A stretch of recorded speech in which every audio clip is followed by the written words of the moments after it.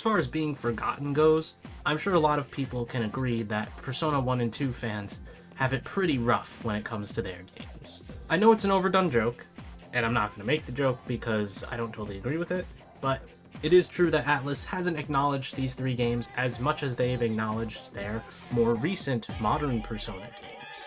What I'm trying to say is that there's definitely a fair point that they don't really acknowledge these games as much as they should, or as they could. As we draw nearer and nearer to the next mainline Persona title, the big question is, will Atlus ever go back to Persona 1 and 2? Don't let him cause any trouble outside. As many people, especially fans of the Persona series, are aware, Persona 1 and 2 do not share the same gameplay style as 3, 4, and 5. Hence why there's often a distinction made between modern Persona and the older Persona titles. The newer Persona games that most fans are familiar with are probably about 50 to 40% dungeon crawling and 50 to 60% life sim. This formula, which has been forged over the past 15-ish years, is what most people know the series for now. It's a system that has influenced a lot of modern JRPGs, and Atlus does it so effectively that it's not surprising if they continue to move forward with this in Persona 6. Persona 1 and 2, as far as I understand, are much more focused on dungeon crawling. They are older RPGs that don't really do as much with the life sim aspect that mainline Persona has now. That aspect, as far as I know, is not really present in those games. They play differently and have much different mechanics in some ways than the current iterations of Persona. So there are probably a lot of people who will say, well, why is this a big deal? They can just modernize the visuals and sell a remake, or even a remaster of those titles. And while that is true, you have to keep in mind what people expect from Persona nowadays. I promise to surpass even such lofty hopes as those. Yeah, well, you and me might look at Persona and say that, oh, 3, 4, and 5 are the modern games, and 1 and 2 play entirely differently. There's a distinction between those. But the average person might not know that. Separate yourselves from the forums and the talking posts on Twitter and Reddit and on YouTube even. Separate yourself from all of that, because the casual fan doesn't really always interact with those fan bases. They may not know these things. Therein lies why I want to talk about expectations. If someone plays a game in a series, then they likely expect the same thing from previous games or future ones. For a lot of people, even going back to Persona 3 can be a struggle because the game is different in a lot of small ways that heavily change the experience they had in 5 and even 4. If someone goes to pick up Persona 1 or 2 and finds that there are even less traces of the series that they know and enjoy, they might not even bother finishing it or touching it. Even if you have, there's a distinction that needs to be made between you and the average fan.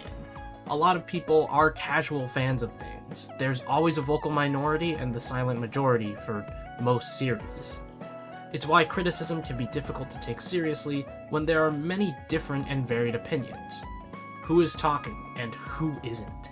Essentially, the modern Persona games have set a different level of expectations for the series that 1 and 2 don't really have. This isn't me calling 1 or 2 bad, it's just me calling them different. Please don't get the two mixed up, because those are two entirely different things. Therefore, it's hard to sell Persona 1 and 2 under the same series name in today's world. If you want to make a relevant distinction, let's talk about Zelda. I know this is a JRPG channel, but this is pretty topical, so I'm going to put it in here. Basically, a lot of people refer to Breath of the Wild and Tears of the Kingdom as not really what they're looking for from a Zelda game, because it's so different from what they're used to. And that, in its own way, is similar to Persona 2 and 1 versus Persona 3, 4, and 5. Honestly, that sounds absolutely revolting. No, dear God, no. If you're gonna remake Persona 1 and 2, I don't think changing it to be like modern Persona is something that has to happen. I know there are people who actually want to play P1 and P2, myself included, but accessibility is practically non-existent outside of emulation. And you can argue about, oh, you should just emulate it, whatever, you know? I would just like to have a modern port of it, because it makes it more accessible to more people. Changing 1 and 2 is not the way I want them to handle remaking these games. I think modernizations to the systems and gameplay, as well as the visuals, pretty much are the main thing I would want out of a remake of these games. As someone who hasn't got a chance to play them, I can't say for sure what I think should change or be altered. I don't really know. But there are a lot of routes you can take with a remake, including doing an HD 2D remake like what Square has been doing. Just the HD 2D remake. Don't do anything else that Square's doing. Don't do that. From a marketing and business perspective, changing Persona 1 and 2 to fit in might seem like a good idea, I guess? I wouldn't really know, but I don't want that to happen. Despite being different, these games have their own identity. When you remake an old title, altering the gameplay systems has to be done with care and caution, because you have to find a balance between pleasing old fans and building interest with new ones. In the end, all I can say is that Atlus, if you're gonna remake Persona 1 and 2, leave the core identity of those games intact. Why study humans at all? Why not just give it up? I think this really comes down to some kind of marketing thing. The games are just so wildly different from each other. I don't think it's a matter of Atlus wanting to erase it. The joke is kind of overdone, and Atlus has acknowledged them a few times. Even if it does seem that way to some, I think it's just difficult for them to market the series currently with the way things are.